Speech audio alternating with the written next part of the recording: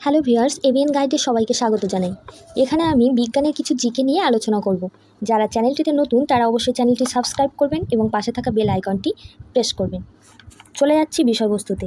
মানব শরীরে হাড়ের সংখ্যা 206টি, নবজাতকের হাড়ের সংখ্যা হলো 300টি, শিশুর দুধে দাঁতের সংখ্যা হলো 20টি, মানব হৃৎপিণ্ডের প্রকোষ্ঠ সংখ্যা 4টি, ডান অলিন্দ, বাম অলিন্দ, বাম নিলয় ও ডান নিলয়।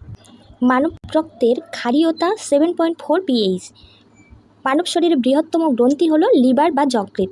বৃহত্তম অঙ্গ চর্ম বা চামড়া। হৃদস্পন্দন সংখ্যা 72 থেকে 78/সেকেন্ড। মানব শরীরে রক্তের রক্তরঞ্জক হলো হিমোগ্লোবিন। জেনে রাখা ভালো, ঝিনুক, শামুক, চিংড়ি প্রভৃতি প্রাণীর রক্তের হিমোগ্লোবিন এর পরিবর্তে হিমোসাইনিন থাকে, তাই এদের রক্ত নীলাভ দেখায়। পতঙ্গদের রক্তে কোনো রঞ্জক থাকে না, তাই এদের রক্ত বর্ণহীন। রক্তে কঠিন পদার্থের পরিমাণ 8 থেকে 9%।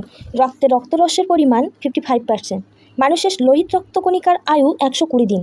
শ্বেত রক্তকণিকার আয়ু 1 থেকে 15 দিন। রোগ জীবাণু ধ্বংস করে শ্বেত রক্তকণিকা। রক্তবাহে রক্ততঞ্চন রোধ করে হেপারিন, এটি বেসোফিল শ্বেত রক্তকণিকা থেকে নিঃসৃত হয়। অ্যালার্জি প্রতিরোধ করে হিস্টামিন, এটি ইউসিনোফিল শ্বেতকণিকা থেকে নিঃসৃত হয়। রক্তে শ্বেত রক্তকণিকার পরিমাণ স্বাভাবিক থেকে বৃদ্ধি পাওয়াকে বলে লিউকোমিয়া, ব্লাড ক্যান্সার। রক্ত জমাট বাঁধায় সাহায্য করে প্রথম বিন। রক্তে হিমোগ্লোবিনের পরিমাণ মাপক যন্ত্রের নাম হলো হিমোগ্লোবিনোমিটার। রক্তের শ্রেণী 4টি, এ, বি, এবি ও ও। সর্বজনীন দাতা ও শ্রেণীর রক্ত। সর্বজনীন গ্রহিতা এবি শ্রেণীর রক্ত। ও শ্রেণীর রক্তে অ্যাগ্লুটিনোজেন থাকে না। এ ও বি শ্রেণীর রক্তে এ ও বি উভয়ই অ্যাগ্লুটিনোজেন থাকে। রক্ততঞ্চনের সময় লাগে 3 থেকে 7 মিনিট। ব্লাড ব্যাংকে রক্ততঞ্চন রোধ করার জন্য ব্যবহার করা হয় সোডিয়াম সাইট্রেট। ফুসফুসীয় ধমনী দূষিত রক্ত বা কার্বন ডাই অক্সাইড যুক্ত রক্ত পরিবহন করে। ফুসফুসীয় শিরা বিশুদ্ধ রক্ত বা অক্সিজেনযুক্ত রক্ত পরিবহন করে। জেনে রাখা ভালো, শরীরের দূষিত রক্ত মহাশিরার মাধ্যমে ডান অলিন্দে প্রবেশ করে তারপর ত্রিপত্র কপাটিকার মধ্য দিয়ে ডান নিলয়ে প্রবেশ করে।